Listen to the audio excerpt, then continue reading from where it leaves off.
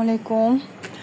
অনেক দিন পর আপনাদের সাথে একটা রিলস শেয়ার করব। কিছুই করতে ভালো লাগে না, তো অসুস্থতা ছিল অনেকটা দিন, লং টাইম। তো সেদিন পরশু দিন আমি আমার এই গাছগুলোকে একটু প্রসেস করে দিয়েছি।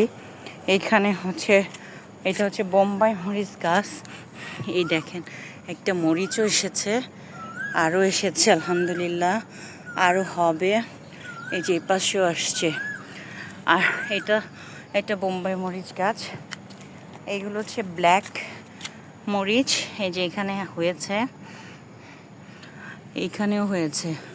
আর হচ্ছে গোল বেগুন। আর এগুলো হচ্ছে ক্যাপসিকাম। এগুলো ফুল আসছে, লাল আর হলুদ ক্যাপসিকামের বীজ ফেলেছিলাম, ওখান থেকে হয়েছে।